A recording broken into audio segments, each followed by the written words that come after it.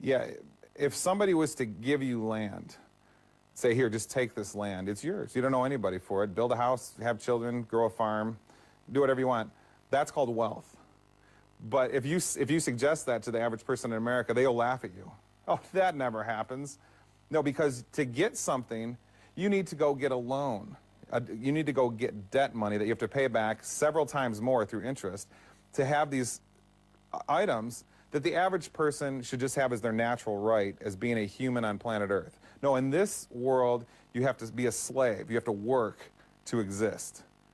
Other cultures before ours, in primitive times and so forth, that was not the case. You exist, so therefore this is all given to you.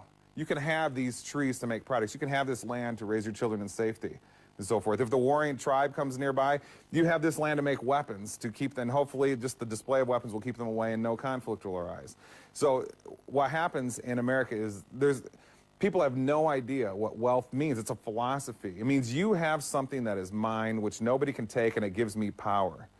Okay, that doesn't exist in America. You have something that you have to pay back if you're lucky, and you work your whole life to pay it back, and your whole life is therefore given to the debt system. So money doesn't exist. Debt exists. And the whole system is made up on that, and people are so used to it that they don't even understand that there's a difference.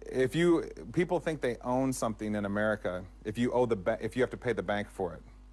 Okay, and if you stop paying the bank, they send the police to take the land back if you bought land or your car or whatever. Now, that's not ownership, but in America, people call it ownership, okay?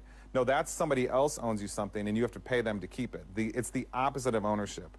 Now, the same exists if I buy a piece of land, and say I pay the bank off, and I don't owe them any more money, after 30 years, and, half my life savings, and, I pay them 5 times the amount through interest.